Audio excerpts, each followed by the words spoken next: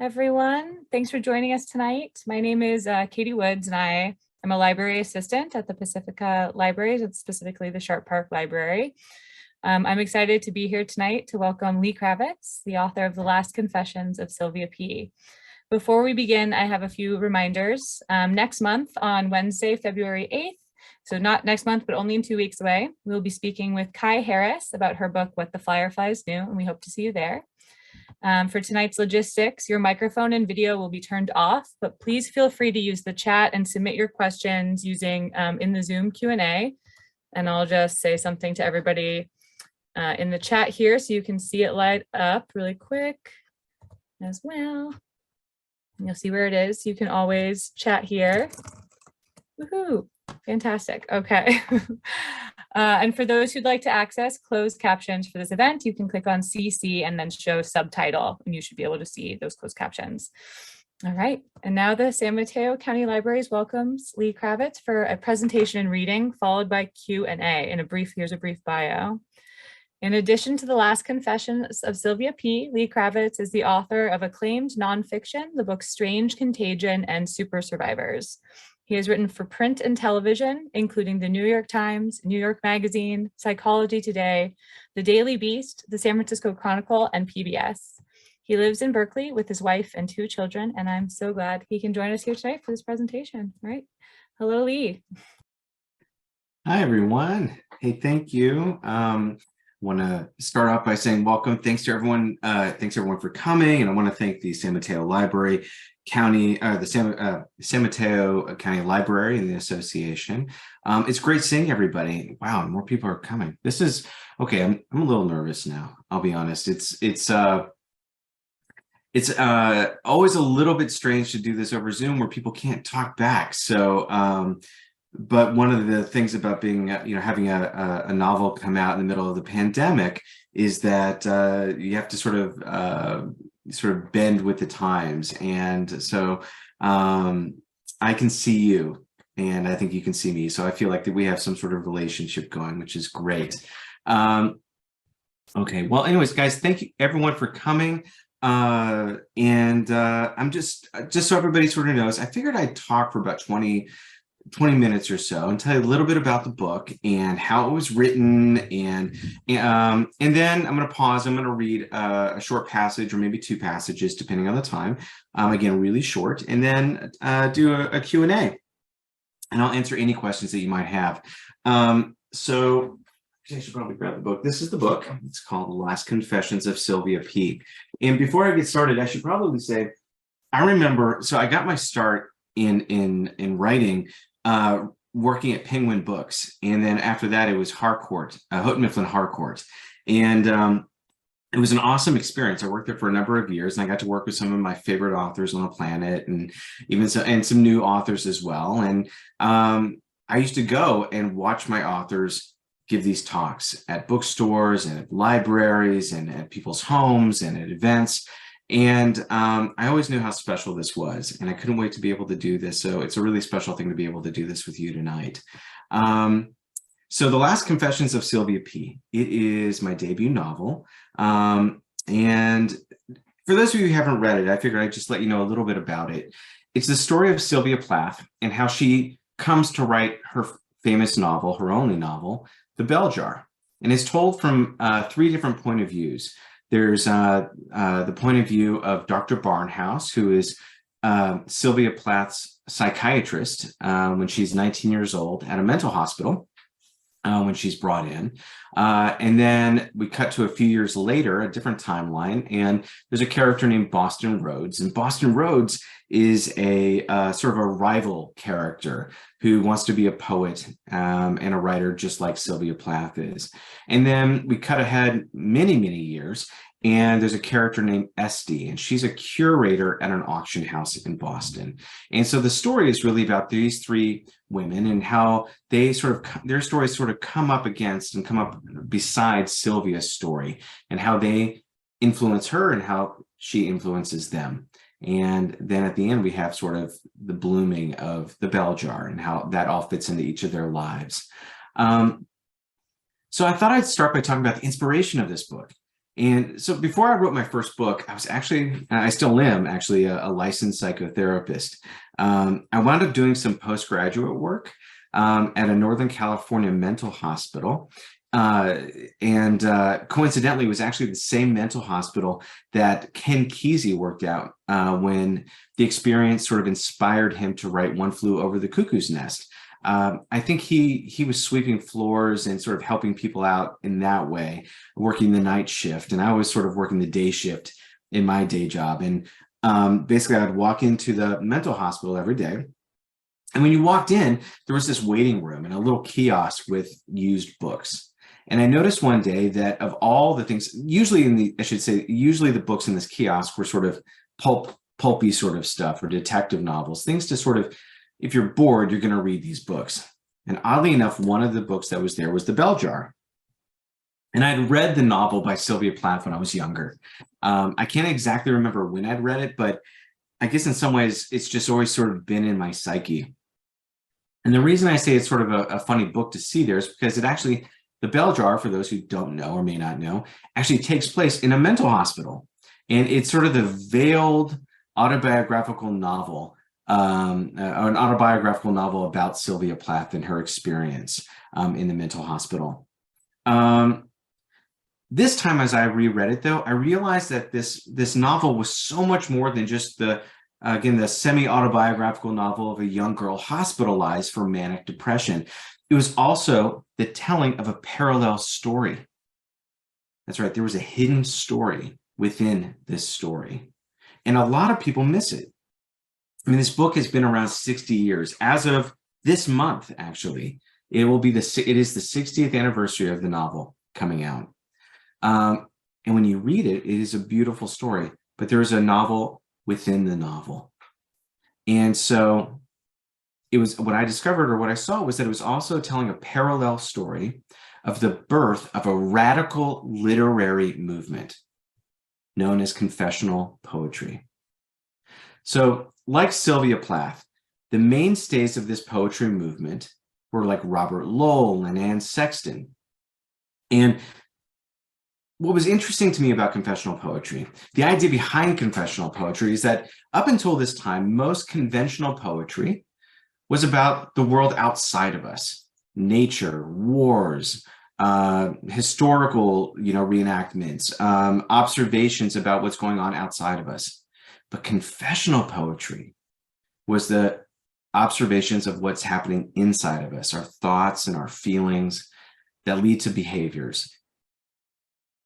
So Robert Lowell and Anne Sexton and Sylvia Plath, they were like the mainstays of confessional poetry. And they all started out in the early 1950s and early 1960s in Boston, Massachusetts, at the same time, writing poetry that was raw and honest about subjects that were honestly totally taboo.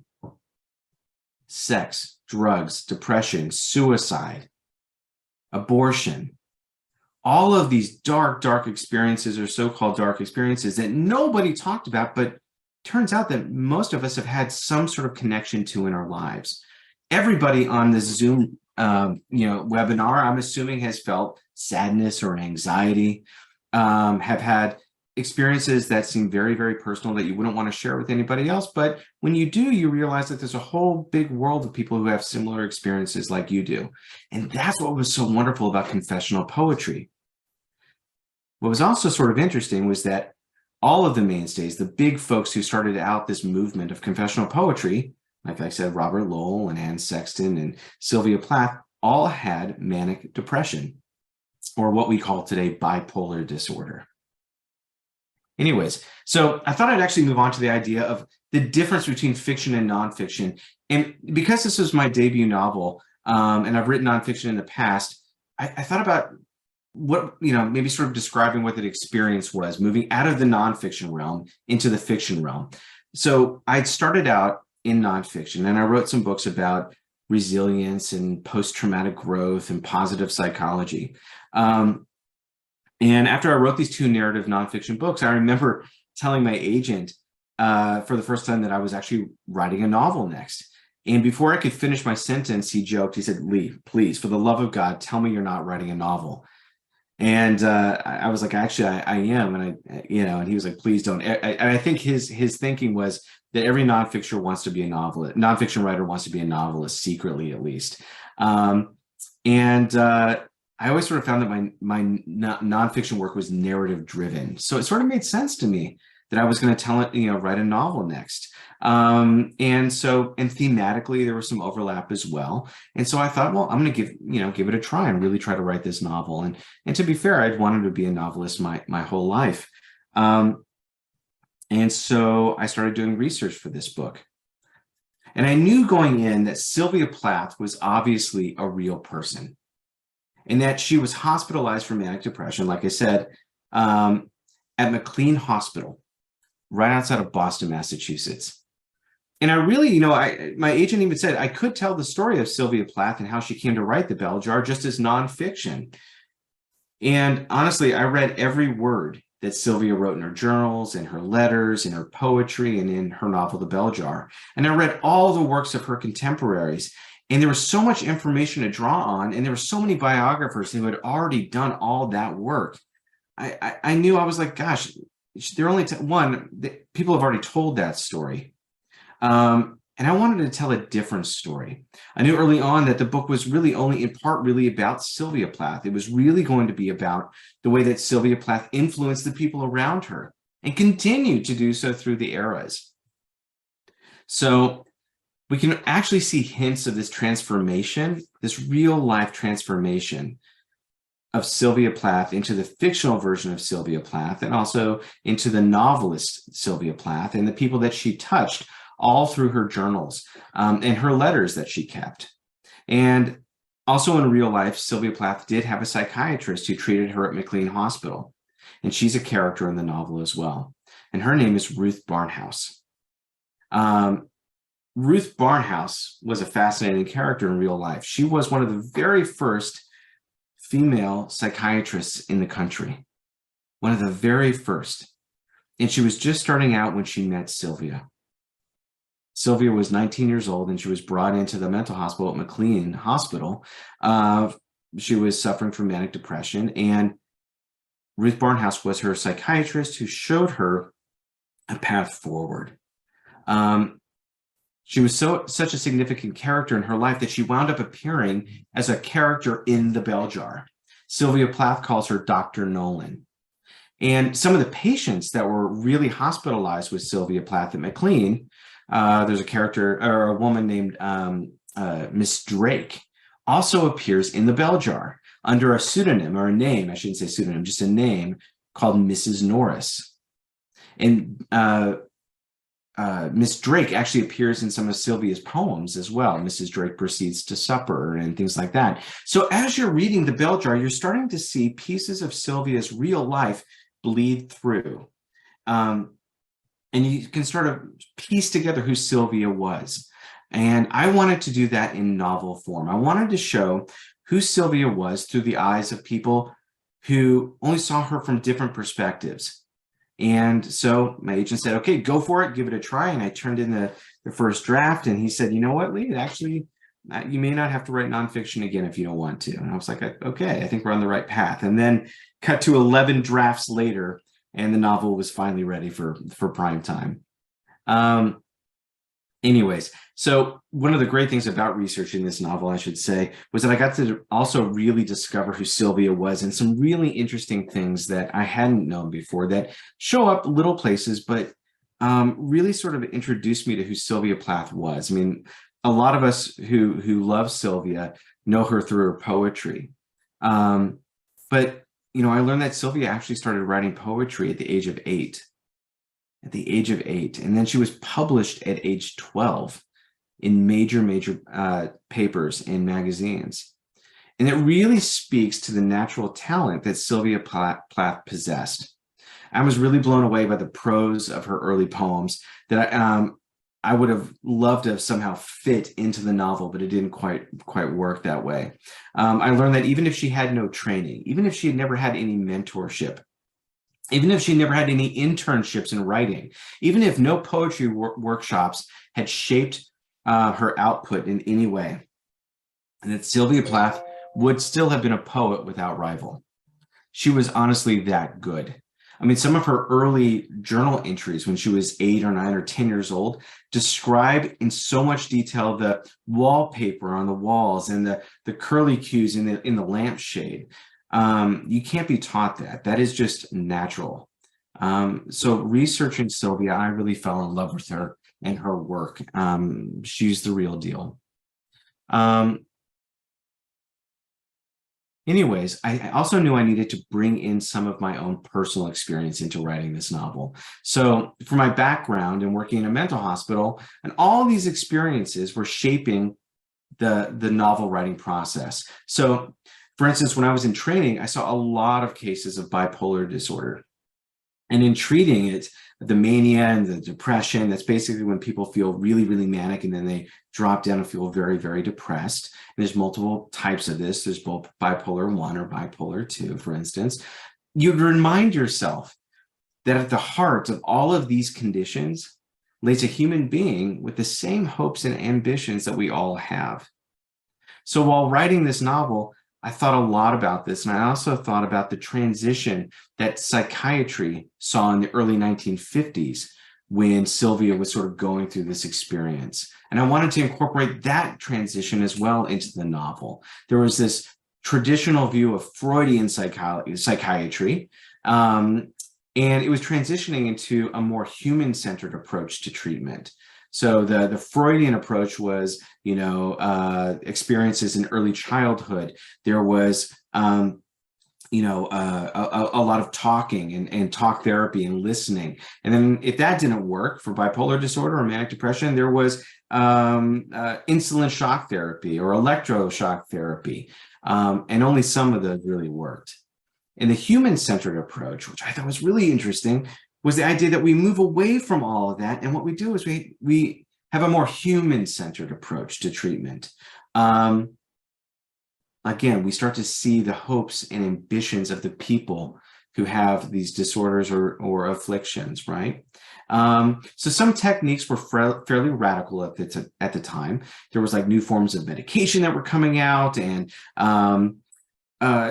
in real life, there was actually something like beekeeping, where patients were brought out of the mental hospitals to work in gardens and work with the beekeeping boxes, the bee boxes, and to interact in the world and go on sort of on outings with your group, or supervised outings. And these were viable forms of experimental treatment at the time in the 50s and 60s, the same way that practitioners use art therapy and play therapy to treat people today. And I was like, I really want that to be in the novel too. So when we meet Sylvia at the age of 19 and she's really in bad shape, Dr. Ruth Barnhouse, who's again breaking the mold by being the first female psychiatrist in the country, decides to leave behind the Freudian sort of approach to therapy, to psychiatry, and starts to embrace the human-centered approach. And she brings her patients out into the gardens and helps them work with the bees and the bee boxes, and takes them out into Boston during Christmas time. And she starts to see progress. I also started thinking about the link between madness and art. And I, to this day, still get this question a lot. Is there a connection between madness and art? And what's really interesting is that all the literature shows that there's not a single link at all, except in the case of one diagnosis: bipolar disorder. It's no coincidence that many of the confessional poets, including Sylvia, share this diagnosis. So after I get all this research, I start thinking about the structure of this book. And I started thinking this can't be a straight line. There are multiple perspectives, and I wanted to twist and braid these stories. So one story bleeds into another, which bleeds into another, which keeps on affecting everything. We have this spinning story that tells us overarching story about Sylvia Plath from multiple perspectives. And I knew, like confessional poetry, I should say confessional poetry, like emotions, is rarely a straight line, and neither could this book. So navigating the three timelines and the narrative points of view from Dr. Barnhouse to Boston Roads to Esty needed to be intricately threaded together to work. And so I always knew the story was going to be told from their perspectives. What I didn't know exactly was who these three people were going to be. And, so I set out to tell the story of those who influenced Sylvia on her way to becoming the author of The Bell Jar. And in turn, like I said, I wanted to show how Sylvia impacted these people. And then I foolishly set out to make every single storyline connect and also rely on each other.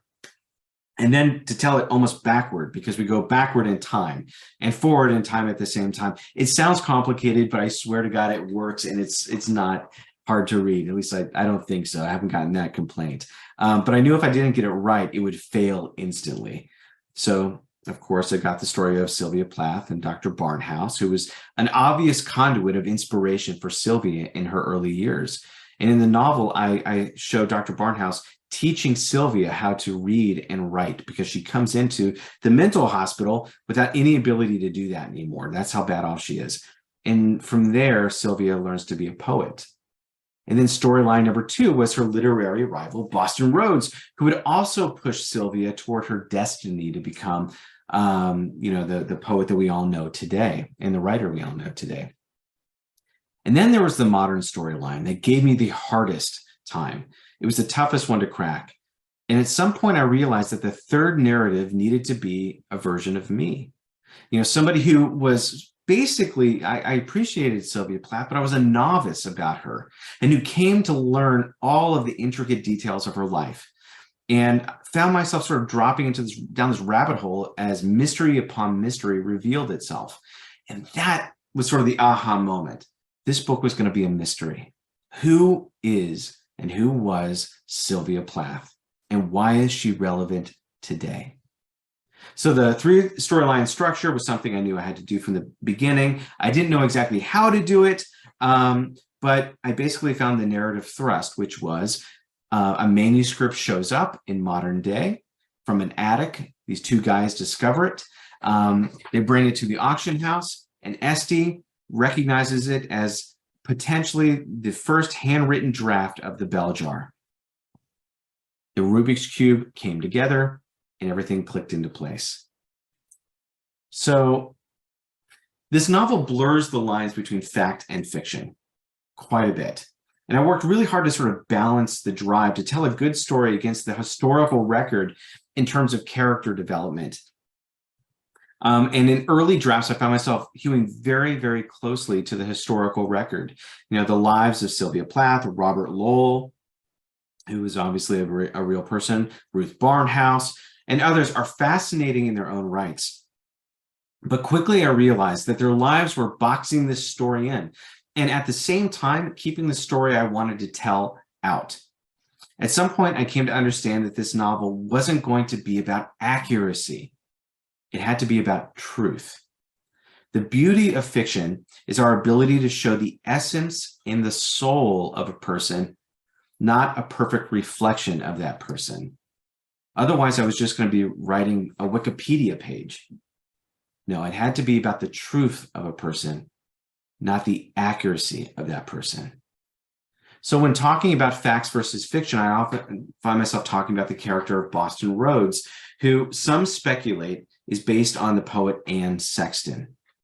So Boston Rhodes, in this novel, for those who haven't read it, is in Robert Lowell's poetry class, his workshop in 1960. And she is good. She is a natural poet. She started out a little bit older and later than Sylvia did, but she is good. And she is quickly rising to take the sort of the throne, the gauntlet, if you will, of the best, the top confessional poet in the world, until Sylvia Plath walks in. Until Sylvia Plath walks in and ruins those plans. And what follows is sort of a spiral, a descent into rivalry. And so Anne Sexton in real life was somebody in that workshop. And without question, she was sort of the foundational inspiration for the character of Boston Rhodes. But Boston Rhodes is, in the end, an original creation of pure ambition and self-destruction. So basically, in order to get the character right, I needed to really understand Sylvia's poetry and dissect it to a level that would convincingly seed Boston Rhodes' own personal journey into jealousy and into darkness. To find that character, I took everything that was good and beautiful about Sylvia Plath, all of it, and I inverted it.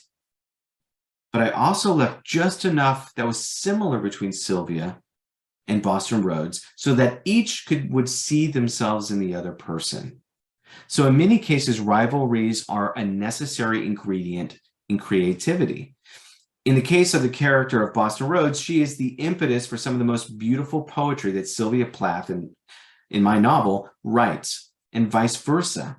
While some contemporary poets viewed confessional poetry as obscene, without the movement itself, there were warring poets as well. So many of them enrolled in Robert Lowell's famous poetry workshop. And everybody that I feature in the novel, with the exception of the fictional Boston Rhodes, actually did meet for drinks every Tuesday night after Lowell's workshop to drink, to read, to feud over poetry. And they did it in the basement bar of the Ritz Hotel. And the Ritz, I call it the Ritz Ring, included Sylvia Plath, George Starbuck, Sam Albert, Maxine Kumin. And the hotel still serves its famous martinis to this day. Anyway, so to find her, I took Sylvia and to create a rival that was her polar opposite, and to bring them together and tie them by their similarities. And that's where Boston Rhodes came from. Readers of the book may also be surprised to learn that well, you can probably tell now, I'm not a woman. I had to approach writing from a female perspective with utmost sensitivity, especially these days, understandably so. I bit off way more than I could chew in the beginning. I said that I was going to take the most well-known poet of the 20th century, arguably, and write in her voice and tell her story. And then on top of that, tell from the perspective of three women. And if someone had told me that how difficult that was going to be, I probably would have given up immediately. But I came at it with excitement, enthusiasm, and hope, right? So look, I recognize the complexity of writing outside of your own personal experience. And while, like I said, there was my personal experience working at the hospital and in psychology that went into this book. Obviously, there were perspectives and characters with different elements in their lives that I was describing. And honestly, it's not easy, and it's rife with problems if you don't do it right. And God, I really hope I did it right. So far, I haven't had any complaints, but it's possible. And if so, I welcome that. But aside from reading the journals and the memoirs of some of the most indelible female confessional poets of all time, I also found that I really related to the female characters in terms of their needs, which is really the trick of getting into their heads, into the heads of any character when you're writing. And I have to think that there was a bit of my psychology training in there too, which really focused on the deep empathy and emotional attunement of others that I transferred to these characters on the page. Anyway, so my hope with this novel was to really embrace and celebrate and explore Sylvia Plath's legacy.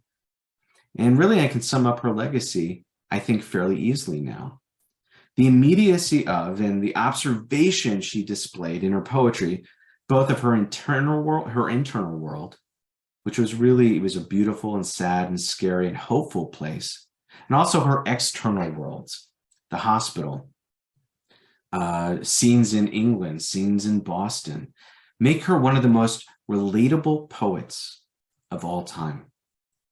While her deep sadness, her elevated joys, and the elusive core that made her one of the most knowledgeable poets, or unknowable poets, I should say, of all time. The truth was, the reason I wrote it from these perspectives was that anybody that you talk to, in any biography, and any sort of research that you read about Sylvia Plath, approached her and saw a completely different person. You could read her poetry and all conclude that it is a beautiful piece of work, but to know her is to get 15, 16, 17 different perspectives and versions. And I really wanted to capture that in the novel as well. So that's what I tried to do. Anyways, so that was the talk, and I was gonna read one small short section, I was trying to figure out, or debate really, what would be the best one to read today. And I thought, well, there's a scene early in the book where Boston Rhodes, who's very much the sort of villain of the novel, meets Sylvia Plath for the first time.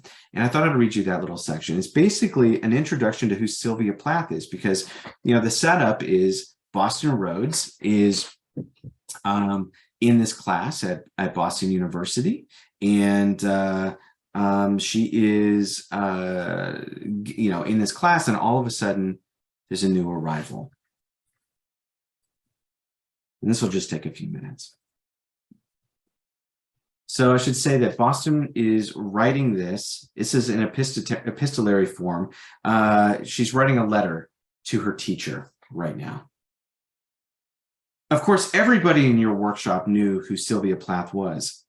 The presence of the famed poet sent a charge through the room that changed the dynamic, tenor, and chemistry of the practicum. By the way, Professor Lowell, do you know that your face is perpetually contemplative?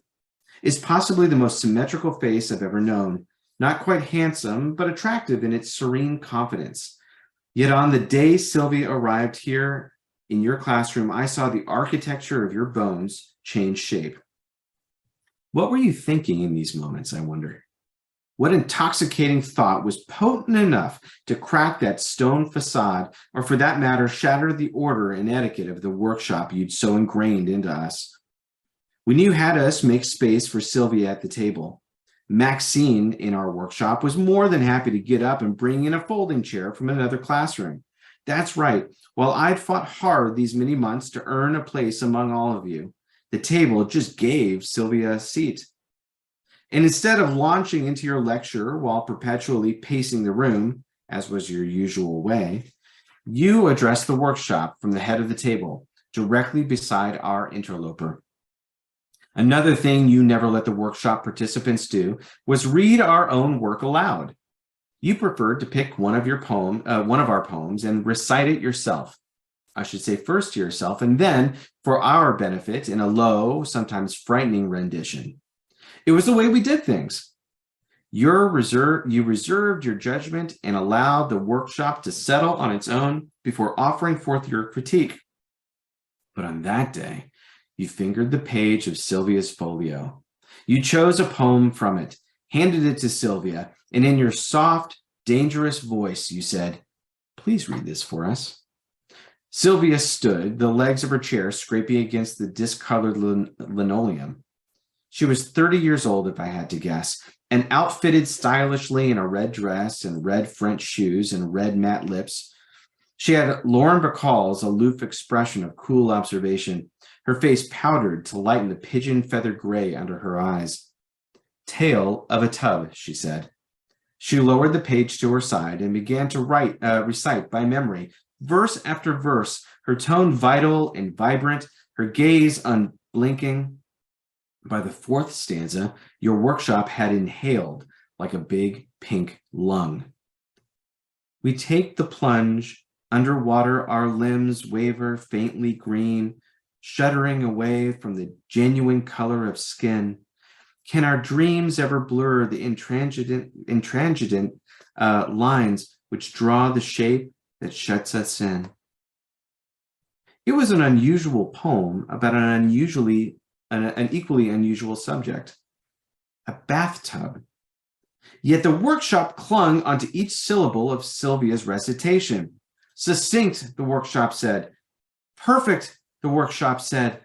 "Clearly the work of a major voice," you said, praising the poem from the start. And why not? She was so confident, so self-possessed, so self-assured, as though she were the only person in the room that afternoon. Oh, but darling, I was there too. And there we go. I think I can open it up to questions if there are any questions now. Wonderful. Thank you so much for that wonderful presentation and that great reading of that early section, getting the voice of the rival, as you have explained her, and as she shows up. The phrase "the rival" also means a lot throughout the book, but don't want to say things that will not just encourage people to excitedly read. All right, so we have a few questions that actually came in with when some of you registered. A few people asked questions then. And also I would like to remind everyone that they are welcome and encouraged to submit questions to the Q&A, and also in the chat, either way, whatever is easier for you. But we'll get started with some questions that came in with registration. You talked about how you were researching somewhat, but there was one question about will you share your research approach? And I wonder if there's anything you'd want to share about sort of the actual kind of materials you looked at. I know you went back in time to see Sylvia's very early poetry, but yeah, like, did you dive into libraries? Did you scour the internet? What was your approach in those ways? So it's a great question. So the first thing I did was obviously like read everything that was available.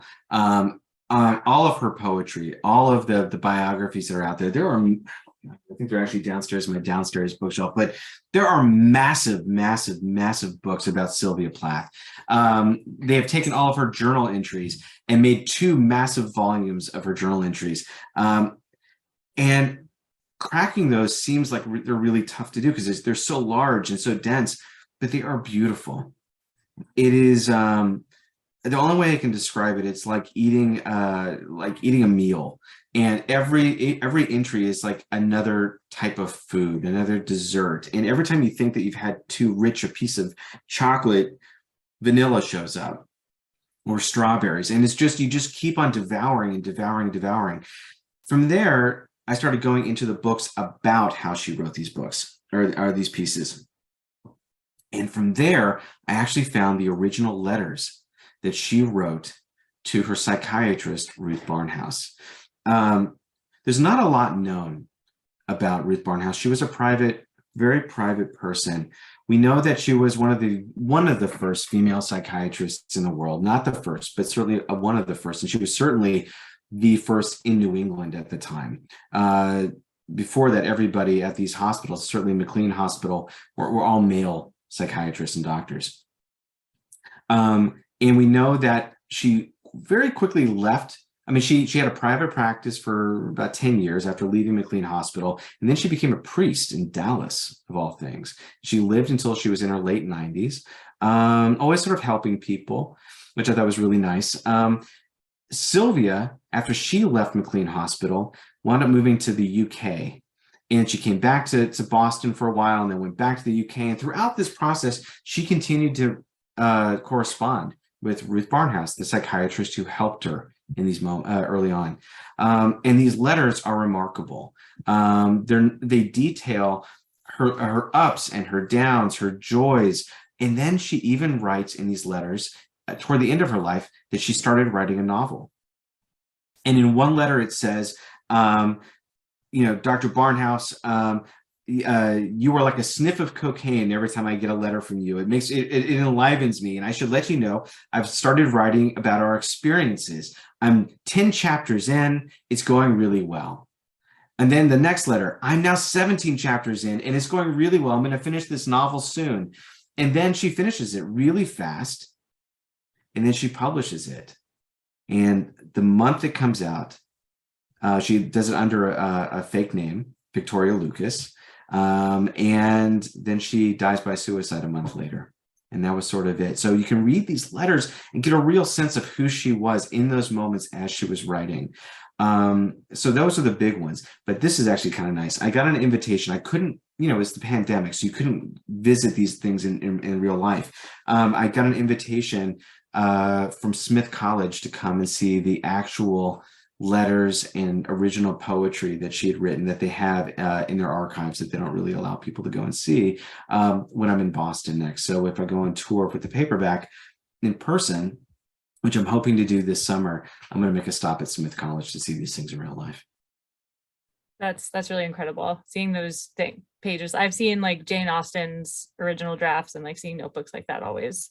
Isn't it amazing? It's just mind-blowing to see. Or like Virginia Woolf's first draft page of Mrs. Dalloway and what she crossed out and what she didn't. It's just incredible to see those things in the text. Yeah. I think you're right. It's the things that they cross out the things that they don't put in that tell just as much of a story as what they do leave in. Completely. On the level of prose, on the level of confession or hiding things. Yeah, it's just it's really beautiful. amazing. Yeah.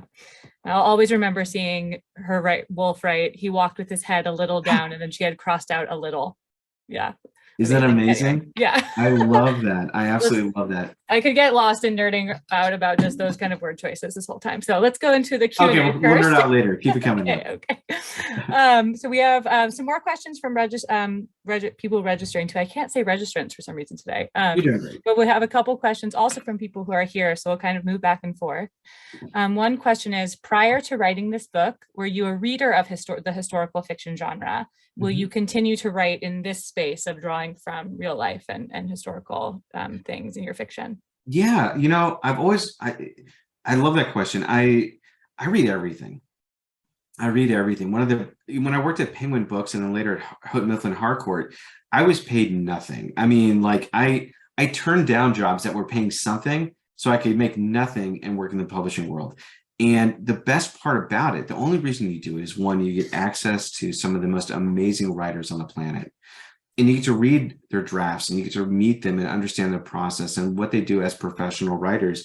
And that was, for me, my MFA, right? Like, I learned how to write because of the people I was surrounded by, and I got to talk to them about how they're disciplined and how they learn and how they do these things. But the other thing that you get to do is go into the book room, open up those boxes and steal borrow books. And like I've moved dozens of times since then, and it's all book weight because you get to read everything, and it's all there for you. But I've always been drawn to historical fiction because I think that historical fiction it's relatable in a way that not everything is. And right now, I think that,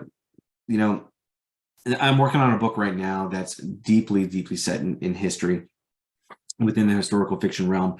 But I think that, the thing that sort of ties all my work together is that there's a thread of psychology through everything that I want to write. And I think that makes it sort of relatable and human as well. Completely. Wonderful. Okay, I really like this question, so we have to say it. Someone writes, my husband and I are both found your novel intriguing, but on something completely different. What's the story of the typewriter on the shelf behind you? Okay, so this thing right here, So this one, let me preface this by saying I'm a member of an organization called the San Francisco Writers Grotto.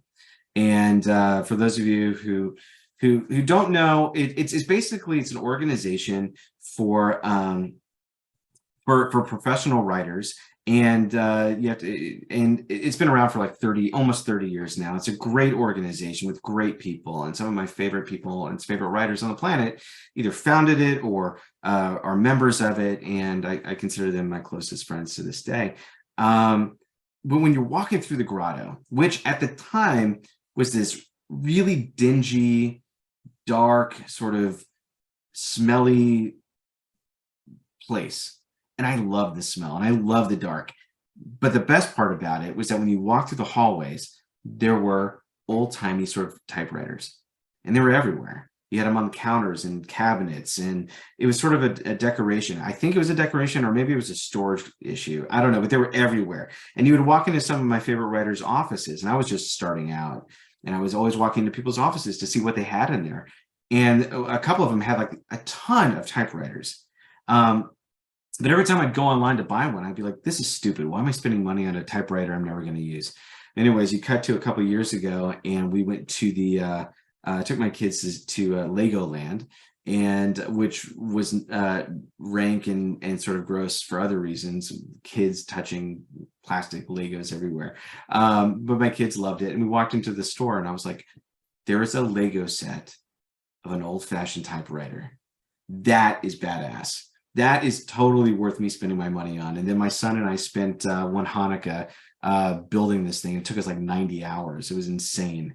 But that's it. That's the typewriter. Wonderful. Thank you for sharing that. I'm actually a former Grotto Fellow. So if You're there, kidding. yes, it's true, in 2017. So if there are any aspiring writers here, I believe their fellowship is still happening. Yeah, it's It is. definitely a place to look for classes or to apply to the fellowship. I encourage everyone to do that. I had a great 6 months working on a novel as a fellow there, or year long. Oh no, I don't remember anything pre-2020 anymore. So You know who what? It's knows? so funny. I don't either. It all blurs. Yeah. All right. So one question we got in the chat and in our Q&A is, it sounds like you think Sylvia Plath's treatment at McLean Hospital was advanced for the time and helpful to her. Like, was it helpful to her?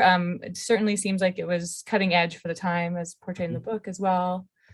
Yeah. Yeah. So, it's the therapy that she received was sort of a mixture of old-fashioned and more modern approaches.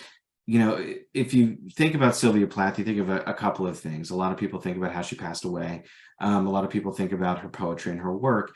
But the other image that a lot of people have is her getting electroconvulsive shock therapy. And she goes into great detail about it in The Bell Jar, which is sort of like the veiled memoir of her experience. And she has it multiple times. As violent as that sounds, electroconvulsive shock therapy worked. It worked really well. It continues to work for people. It's something about with bipolar disorder, it sort of realigns the neural pathways and the neurons in the brain, and it brings the depression level, brings you out of it. Luckily, we have many other options these days. I do think, though, that it was, in my mind, the hero of The Bell Jar is not Sylvia's character. The hero, she's the main character, but the hero is Dr. Nolan.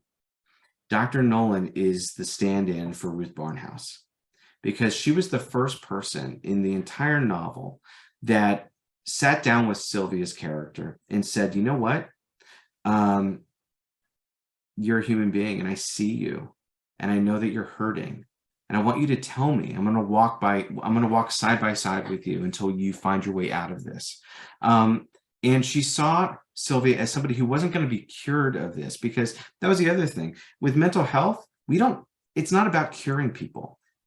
If we're depressed, if we're anxious, that's who we are. We need to carry that. That's as much a part of us as our height and our gender or our names, right? That's who we are. So she saw Sylvia as somebody who would teach Sylvia how to live as somebody with bipolar disorder or manic depression.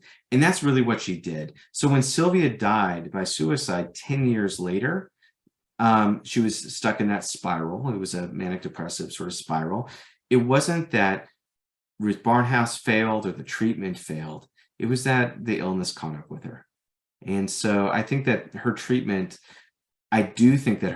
though, encouraged her to find the humanity in even the darkest moments. And that translates to her poetry. Yeah. We see even in the book, something that struck me so deeply, especially as someone who writes too, is that there's these moments where you describe looking at Sylvia's journals and seeing her literally lose language, not just figuratively lose language, but her handwriting disintegrates. Like, this is early in the book. This isn't, spoiler territory or anything, but like that, that she cannot form words anymore. And then she does clearly gain that ability again.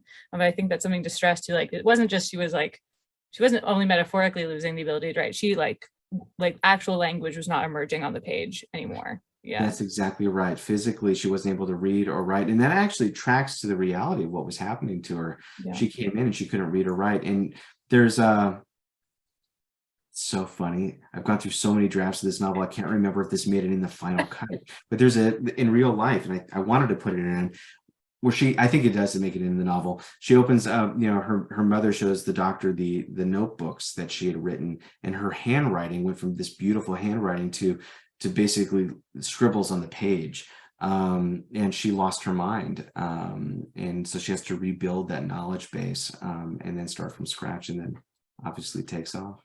Yeah, that's in there. That's in the book. Yeah, it's in there. Yeah, I remember it. I found it very, striking. Okay, another question from someone here right now is, so I'm going to kind of rephrase this question so it doesn't maybe sort of be in spoiler territory because maybe it doesn't, but I know, not everyone here has read the book. Yeah. So the title of the book is The Last Confessions of Sylvia P. However, throughout the book, as you've already said, we're getting the voices of other narrators, and one of those voices in particular is sort of framed as a confession. A person who is not Sylvia is kind of at least claiming to or actively doing some confessing. So why title it The Last Confessions of Sylvia P? Right. The Last Confessions of Sylvia P. Can I tell you, I'm so glad someone asked that question. I've been doing these talks for such a long time, and I don't think anybody's ever asked that question. And to me, that seems like the most obvious question to ask them. So I'm really glad whoever asked that did. The Last Confessions of Sylvia P. So obviously you've got confessional poetry, and it's about the confessional poetry movement. The Last Confession of Sylvia P. is the bell jar. It is the bell jar. It's another way, it's literally another way of saying the bell jar. The Last Confessions of Sylvia P. is the last confessions of Sylvia Plath about her experience growing up and her experience in the hospital and her experience coming through with Ruth Barnhouse holding her hand, and her experience in the darkest of times and in the brightest of times. And so it just sort of made sense to me that if this book is about the bell jar, well, another way of saying that is the last confession. Great. Yeah, that makes a lot of sense to me. That's wonderful. All right. Thanks. Another question we have in the chat. Were there any facts that you decided to change in your fictional version, or facts that really stand out to you as ones that you changed? Or did you always stick to filling in the blanks in the biographical record? Or did you actually change things versus filling in blanks? Yeah, so that is a really tough question to answer, because if you're a historical novelist, like I said, you don't want to adhere to the facts. You want to adhere to the truth of the person. And so whenever my impulse, I'd always come to an impasse. And writing is really tough because you always write yourself into a corner, and you're like, what am I doing? Oh, okay, I'll just go to the historical record and I'll fictionalize that a little bit. I'll say something like he said or something, and there it's fiction.